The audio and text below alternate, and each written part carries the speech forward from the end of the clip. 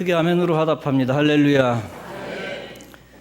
여러분들이 기도 많이 해주셔서 은혜로운 성지순례 마치고 돌아왔습니다. 저희 예광교회 11명, 그리고 다른 교회 목사님 부부, 또 집사님 부부, 권사님 부부 해서 6명, 또 중국인 목사님 5명, 중국인 교우들 30명, 또 선교사님 해서 도합 53명이 한 버스를 타고 다녔습니다. 첫 번째 이스라엘 성지순례였는데 성지의 땅, 성경의 땅을 직접 밟아보고 오니 성경을 보는 눈이 달라졌습니다. 특별히 감사한 것은 지난주 주일 대예배 설교를 했는데 갈릴리 호수 위에서 예수님처럼 배 위에서 선상에서 말씀을 증거했습니다. 일생에 한 번 있을까 말까 한 기회가 저에게 생겼다는 것 자체가 참 감격스러웠고요.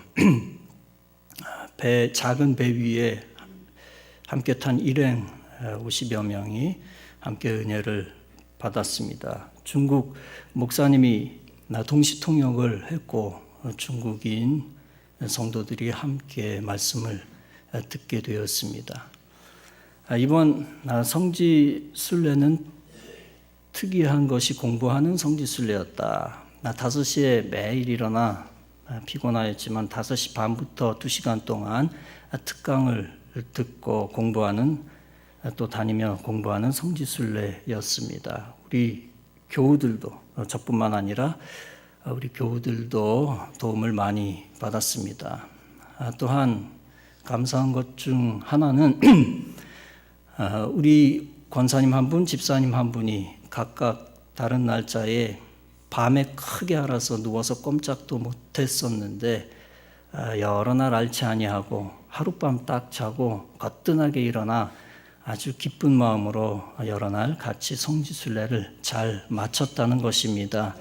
여러분들이 기도해 주신 덕분인 줄로 믿습니다. 다른 팀들과도 조화를 잘 이루어 8박 9일의 시간을 잘 보냈습니다. 이스라엘에서 종에게 함께 하신 하나님께서 여러분에게도 놀라운 은혜를 부어주실 줄로 믿습니다. 시차 적응이 되는 듯 하다가 어제 또 무너져 잘 안 돼서 3시간 정도만 잤는데 혹시 말이 헛나가더라도 이해해 주시기 바랍니다. 가이드 포스트에 나왔던 이야기를 소개합니다. 켈리 부부라고 하는 부부가 있었는데 3남매를 두고 있는 행복한 가정이었습니다. 모든 것에 부족함이 없는 가정입니다. 그런데 42살 된 남편이 감기를 앓고 난 후 목에 멍울이 생겼습니다. 병원에서 진찰을 받았는데 암이라는 판정이 나왔습니다. 아내는 엉엉 울었습니다. 남편도 괴로워했습니다. 남편이 부탁합니다. 내가 살아있는 동안 나를 산 사람처럼 대해줘. 굉장히 중요한 부탁을 하고 있는 것입니다. 살아있는 사람으로 대해줘. 사실 암이다, 절망이다, 죽음이다 라고 생각하면 삶 전체가 암으로 보입니다. 그런데 남편은 살아있는 동안 살았다고 생각하기로 결심한 것입니다. 그래서 그 부인도 자유함을 얻었습니다. 6개월 동안 늘 감사하며 기도했습니다. 태양빛에 감사하고 음식에 감사하고 모든 일상에 감사했습니다. 의사가 6개월이면 죽는다고 했는데 6개월이 되어도 죽지 않았습니다. 2년이 지난 후에도 죽지 않았습니다. 그래서 켈리 부부는 암에 걸린 사람들을 모아다가 작은 모임을 만들었습니다. 그리고 그 모임 가운데 다음과 같은 삶의 목표를 제시했습니다. 오늘을 뜻있게 살자.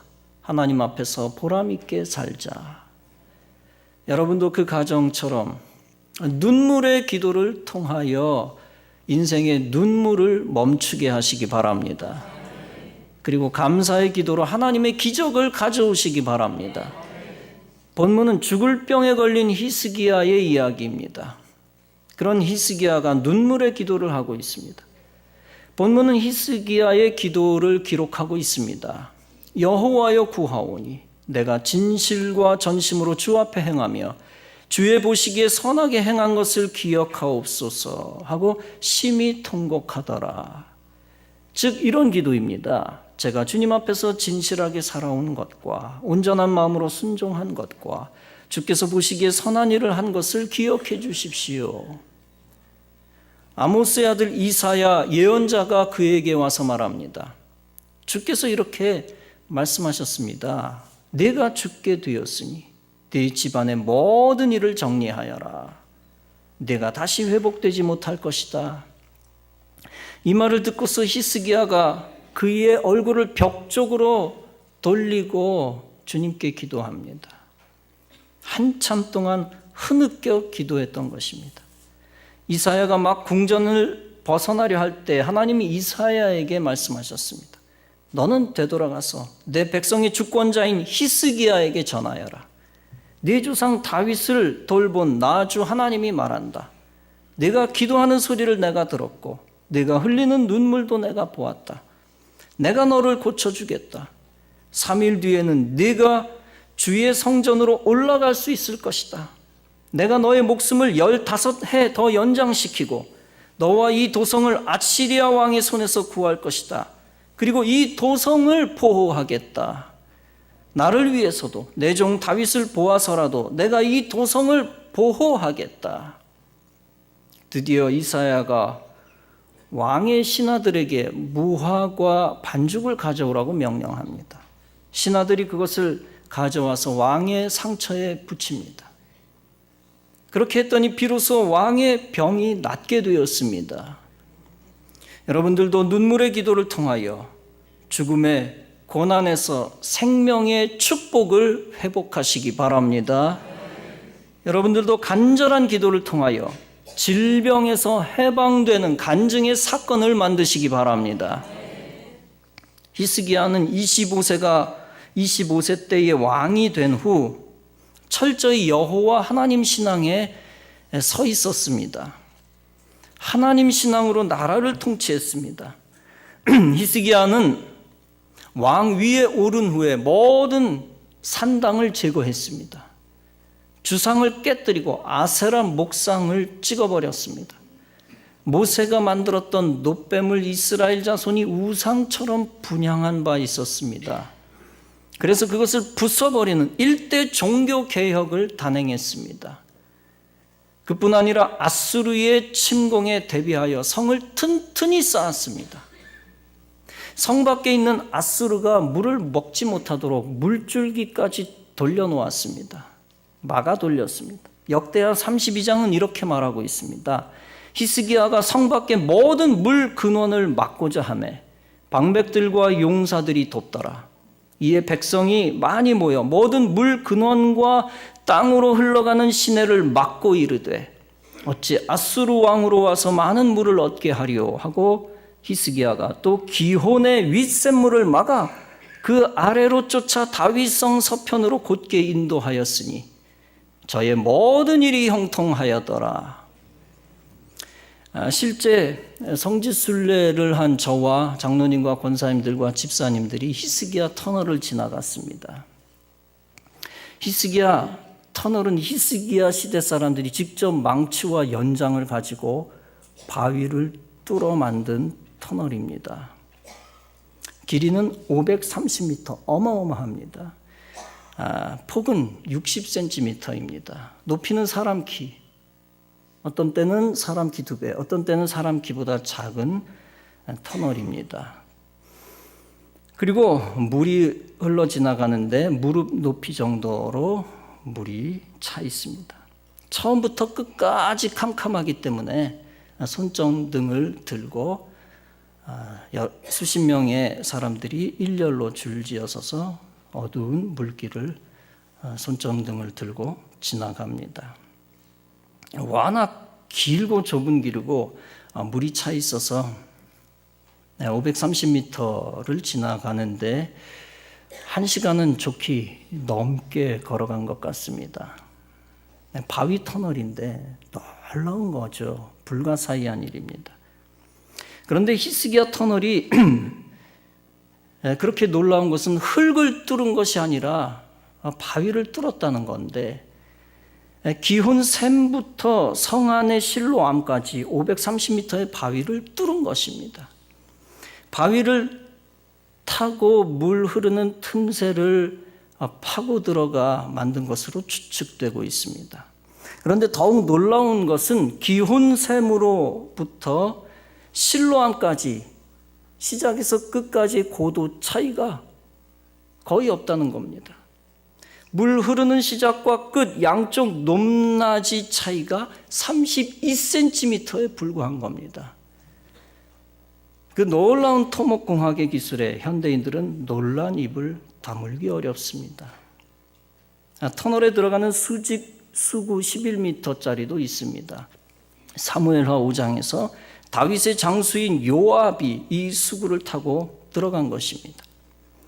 이와 같은 히스기야 터널은 1867년 후대에 발견되어졌습니다. 그리고 터널에 기록된 고대 히브리어에는 이렇게 기록되어 있습니다. 암벽 양쪽에서 땅을 파는 자들이 3규빗, 즉 1.3m를 남겨놓고 서로의 망치 소리를 듣게 되었다. 양쪽에서 바위를 파 들어갑니다. 가운데서 만나기로 한 것이죠. 1.3m를 놓고 서로의 망치 소리를 듣게 되었고, 그들은 상대방을 부르며 나머지를 뚫고 중앙에서 만나게 되었다고 생생하게 전하고 있습니다. 터널이 뚫렸을 때 동료를 얼싸안고 도끼를 서로 부딪혔으며 물은 샘으로부터 1200규빗, 즉 525m를 흘러나왔다라고 분명히 기록하고 있습니다. 이 놀라운 터널을 어떻게 설명해야 할까요? 하나님이 물길을 예비하시고 히스기야에게 뚫는 지혜를 주신 것으로밖에 느낄 수밖에 없었습니다. 이렇듯 히스기야는 아수르의 침공에 대비해서 노력도 철저히 했습니다. 그러나 그가 위대한 것은 사람의 힘으로 성을 쌓고 방비만 하고 그것을 의지한 것은 아닙니다. 토목공사를 하고 끝나기만 한 것이 아닙니다. 히스기야는 국난의 위기 속에서도 이성을 잃지 않고 하나님께 기도하였습니다. 아수르 왕 산헤립이 군사 18만 5천 명을 이끌고 쳐들어왔습니다. 랍사게라는 사람이 여호와 하나님을 능욕했습니다. 랍사게는 히스기야 왕의 말을 믿지 말라고 이간질시켰습니다. 히스기야는 그 말을 듣고서 옷을 찢고 굵은 배를 둘렀습니다. 그리고 간절히 여호와께 나아와 기도했습니다. 드디어 히스기야의 간절한 기도를 하나님께서 응답하셨습니다. 하나님의 사자가 아수르 군대를 치셨습니다. 그래서 하룻밤 사이에 아수르 군대 18만 5천 명이 다 죽어 송장이 되었습니다. 그리고 하나님을 모독하던 산헤립은 아수르에 돌아가 자기의 아들들에게 암살당하고 말았습니다. 히스기야는 열국의 눈에 존귀하게 되었습니다. 이처럼 간절한 기도로 나라를 구한 간증의 사건을 만들었습니다. 여러분, 지난주에는 3.1절 기념주일이었죠. 여러분도 히스기야 왕의 심장을 가지고 나라와 민족을 위해 기도하시기 바랍니다. 히스기야 시대의 아수르처럼 북한 김정은 집단이 이 나라를 삼키려 하고 있습니다. 남한을 집어삼키기 위해 핵무기를 만들고 있고 어느 정도 성공했다고 합니다. 미국이나 중국이 북한도로 핵을 만들지 말라고 말렸습니다. 그럼에도 불구하고 무시하고 핵을 만드는데 최선을 다했습니다. 주민들이 수백만 명 굶어 죽는데 신경도 안 쓰고 만들었습니다. 우리가 북한에 돈을 쏟아 부어준 것 가지고 핵 개발을 했습니다. 차관을 주고 공단을 건설해주고 관광지를 개발해 주었습니다. 그런데 북한은 그것을 이용해 핵을 만들어 우리의 뒤통수를 쳤습니다. 그래서 우리나라 대통령이 북한이 핵을 폐기하지 않으면 대화하지 않겠다고 선언했습니다. 북한 정권이 무너질 때까지 제재하겠다고 결단했습니다. 그런 결단은 대한민국 국민들뿐만 아니라 북한 인민들, 즉 북한 동포들까지 아끼는 마음에서 나온 결단입니다. 여러분, 북한이 핵무기를 완성하면 미국도 북한 눈치를 봐야 됩니다. 북한이 핵무기를 완성하면 대한민국도 북한의 머리를 조아려야 합니다. 최악의 경우는 남한 사람은 북한 정권의 노예가 돼야 합니다. 김정은이가 정신병과 과다망상증을 앓고 있는데 그러한 것을 앓으면서 핵 발사 버튼을 누르려고 한다고 가정해 봅시다. 그렇다 해도 한국도 핵무기를 가지고 있으면 얘기가 달라집니다. 그의 생각이 달라지죠. 김정은이가 남한도 핵이 있기 때문에 자기도 당할 수 있다는 마지막 계산을 하게 되는 겁니다. 그런 차원에서 남한 핵무기 무장론은 지혜롭고 용기 있는 담론입니다. 우리가 희생하지 않고 거저 다른 나라가 구해주겠거니, 우리나라를 지켜주겠거니라는 공짜 심리를 가져서는 안 됩니다. 우리가 핵을 가진다고 미국이 우리를 쉽게 버리지 않습니다. 핵을 보유하자는 담론은 강대국들이 신경 쓰이게 만드는 아주 적절한 말입니다. 필요한 말이죠. 국력을 보다 더 튼튼하게 만들려고 애쓸 때 강대국들도 오히려 서로 더 잘 협상하게 되는 것입니다. 그러나 국력만 가지고는 적을 이길 수 없습니다. 나라를 다스리는 위정자들이 하나님께 기도해야 합니다. 대통령이 하나님께 히스기야처럼 기도하면 얼마나 좋을까요? 그러나 안타깝게도 현 대통령은 기도하는 사람은 아닌 듯합니다. 자세히는 모르겠습니다만 단지 감사한 것은 하나님이 대통령에게 정의의 마음을 주셔서 마귀의 졸개 김정은이를 능가하는 맷집을 주셨습니다.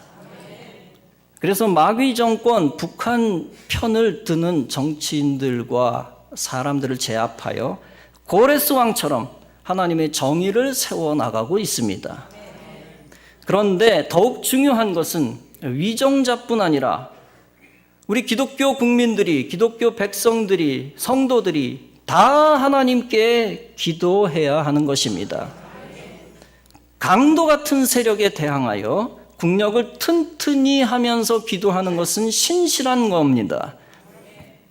나라를 사랑하는 정치인이 누군지 분별할 필요도 있습니다. 그리고 그들을 도와주면서 기도해야 합니다. 북한 구원을 위해 희생하는 목회자들을 도와주면서 기도해야 합니다.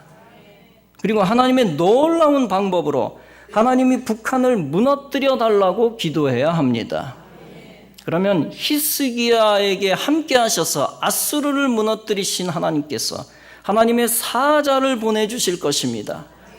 그리고 북한의 군대와 정권이 힘을 잃게 하시고 북한을 무너뜨려 주실 것입니다.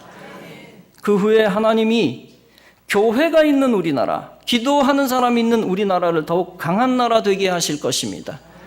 결국 복음으로 통일을 이루어 북한의 교회들이 세워지는 역사가 일어날 것입니다. 이제 이번 특별 새벽 기도회 때 히스기야처럼 눈물로 가정과 교회를 위해 기도하시기 바랍니다. 그러면 하나님이 가정을 번창케 하시고 교회를 놀랍게 부흥시켜 주실 것입니다. 특별 새벽 기도로 인하여 금년에 성전 건축 이전의 가능성에 더욱 박차를 가하게 해주실 것입니다. 더 나아가 나라와 민족을 위하여 이번 특별 새벽 기도회 때 꾸준히 기도하시기 바랍니다. 그러면 금년에 나라와 민족이 놀랍게 뒤집어지는 거룩한 사건이 일어나게 될 줄로 믿습니다. 시편 126편은 말씀합니다. 눈물을 흘리며 씨를 뿌리는 자는 기쁨으로 단을 거두리로다. 여러분들이 환난 당할 때 눈물 흘리고 부르짖는 것을 하나님이 들으십니다. 그 기도의 눈물을 보관하셨다가 기억하시고 기도에 응답하십니다. 질병에서 헤매이는 심령이 있다면 새벽에 작정하시고 기도하여 치유받으시기 바랍니다. 경제적 환난에서 벗어나지 못하는 성도가 있다면 새벽에 작정 기도하시고 경제 문제를 해결하시기 바랍니다. 본문은 말씀합니다. 이사야가 가로되 무화과 반죽을 가져오라 하매 무리가 가져다가 그 종처에 놓으니 나으니라. 여러분, 무화과 반죽 자체가 효험이 있다는 말이 아닙니다. 모든 사람이 무조건 무화과 반죽을 바른다고 해서 병이 다 낫는 게 아닌 것입니다. 중요한 것은 그 순간에 하나님이 그것을 통해 역사하시기로 작정하셨다는 것입니다. 중요한 것은 하나님이 이사야를 통해 명령하시고 역사하셨다는 것입니다. 그리고 중요한 것은 하나님이 치유의 방법을 알려주실 때도 치유가 된다는 것입니다. 여러분도 히스기야처럼 간절히 생명을 구할 때 주님이 치유의 길을 보여주실 줄로 믿습니다. 처음에 하나님이 히스기야에게 말씀하신 바 있습니다. 너는 집을 처치하라. 즉 네가 죽고 살지 못하리라. 즉 너는 곧 죽을 것이니 죽기 전에 모든 일을 정리하고 국정을 인계해버려라 하는 겁니다. 넌 끝났다는 얘기죠. 히스기야가 어떤 죄로 심판에 이르게 되었는지 그 장에서는 분명치 않습니다. 그러나 히스기야는 분명히 죽음에 임박한 큰 환난에 직면한 겁니다. 그때 히스기야는 얼굴을 벽으로 향하여 기도했다고 했습니다. 즉 세상의 모든 것을 포기하고 오직 하나님에게만 매달렸다는 뜻입니다. 그때 하나님의 은혜가 임하고 심판이 금방 끝나고 신속하게 응답받았습니다. 그리고 사람이 할 수 없는 일을 하나님이 해주셨습니다. 죽을 사람의 생명 오히려 15년 연장시켜 주셨습니다. 여러분도 그 어떤 죄를 지었든 간에 진심으로 회개하면 하나님께서 빠르게 용서해 주실 것입니다. 또한 그 어떤 환난과 죽음의 직면에서도 간절히 하나님을 찾으면 하나님이 속히 응답하실 것입니다. 그러므로 여러분들은 절망 가운데 낙심하지 마시기 바랍니다. 오히려 절망 속에서 히스기야처럼 불가능을 가능케 하는 하나님의 능력을 경험하시기 바랍니다. 절망은 하나님 만나는 기회입니다. 절망은 하늘문이 열리는 기회입니다. 그리고 절망은 하나님의 축복이 다시 시작되고 믿음이 성장하는 기회입니다. 그 기회를 놓치지 마시고 기도하여 새 생명이 열리는 놀라운 간증의 사건을 만드시기 바랍니다. 히스기야는 치유를 받았어도 완전한 치유에 대한 확신을 구했습니다. 생명 연장에 대한 확신을 구했습니다.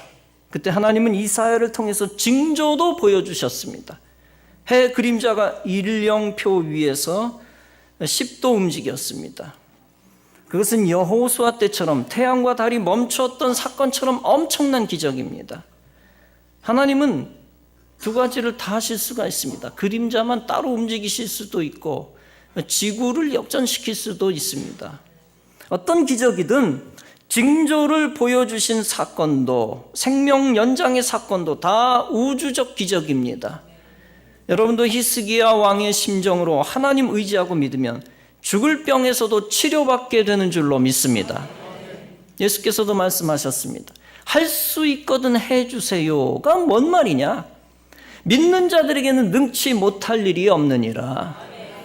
요한계시록 3장은 말씀합니다. 볼지어다 내가 네 앞에 열린 문을 두었으되 능히 닫을 사람이 없으리라. 마가복음 10장에서 제자들이 예수께 묻습니다. 누가 구원을 얻을 수 있습니까? 그때 예수께서 말씀하셨습니다. 사람으로서는 할 수 없으되 하나님으로서는 그렇지 아니하니 하나님으로서는 다 하실 수 있느니라. 그렇습니다. 하나님이 생명 주시기로 작정하시면 불가능한 것이 없습니다. 기독교 TV에서 희망을 전하는 아나운서라는 별명을 가진 최선규 씨가 있습니다. 그가 과거에 언젠가 평상시처럼 김창숙 씨와 함께 KBS 1TV 아침마당 생방송 프로그램을 진행하고 있었습니다. 생방송을 마치고 내려오는 그에게 쪽지 하나가 건네졌습니다. 딸이 교통사고를 당해 생명이 위독하다. 강남 성심병원 응급실이다. 하늘이 무너지는 것 같았습니다. 1993년 9월 26일 토요일 오전 11시 50분이었습니다. 2.5톤 이사 트럭이 3살 난 여자아이를 못 보고 후진하다가 뒷바퀴로 아이를 밟고 지나간 것입니다. 더군다나 사람이 아닌 장애물에 걸린 줄 알고 다시 앞뒤로 전후진을 2번 했다는 것입니다. 즉 아이의 배를 왔다 갔다 한 상상도 할 수 없는 일이 벌어진 것입니다. 최성규 씨는 택시를 타고 여의도에서 대림동으로 향했습니다. 그런데 영등포 로타리에서 차가 꽉 막혔습니다. 내가 아빠인데 아무것도 할 수가 없다니. 아이에게 나쁜 일이 생기면 어떡하지? 이런 말을 수없이 하면서 무기력하게 괴로워하다가 문득 하늘을 보았습니다. 그리고 자기도 모르게 하늘을 향해 큰 소리로 외쳤습니다. 하나님 도와주세요. 제발 제 딸을 살려주세요. 하나님, 당신이 살아있다면 우리 딸을 살려주세요. 교회라고는 한 번도 가보지 않았고 교회를 무척 반대했던 그가 하나님을 찾은 것입니다. 병원에 도착하니 이미 하얀 가운으로 덮여있는 딸을 발견했습니다. 그는 아이를 붙잡고 울면서 말했습니다. 얘야, 내가 왜 여기에 누워있어? 넌 여기 있으면 안 돼. 어서 가자. 집으로 가자. 그는 그 말만 반복하면서 마치 미친 사람처럼 울부짖다가 다시 한번 기도했습니다.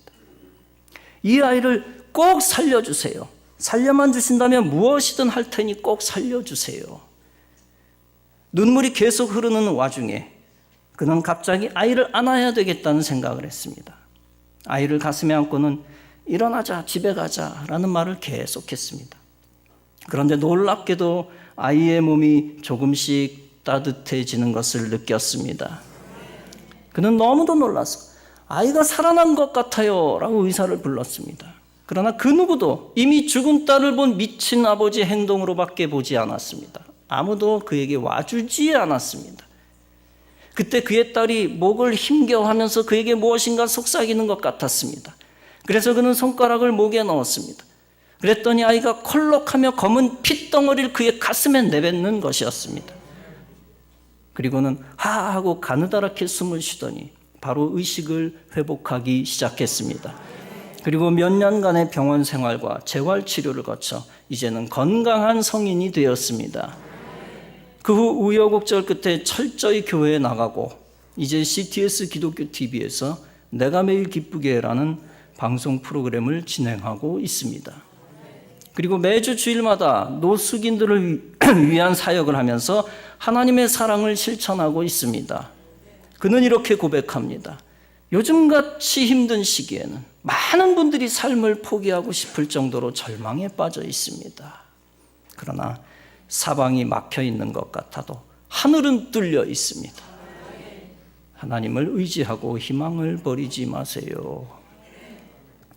사랑하는 성도 여러분, 예레미야 33장은 말씀합니다. 너는 내게 부르짖으라. 내가 내게 응답하겠고 내가 알지 못하는 크고 비밀한 일을 네게 보이리라. 여러분 모두 작정 기도를 통하여 하나님께 매달릴 때 여러분에게도 기적의 사건이 일어나게 될 줄로 믿습니다.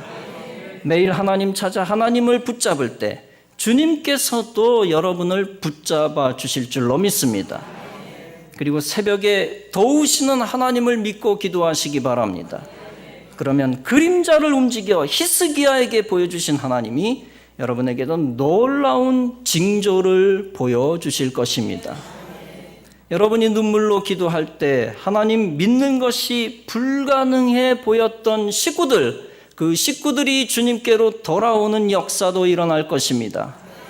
히스기야처럼 간절히 생명을 구할 때 죽어가던 사람들도 살아나는 역사가 일어날 것입니다.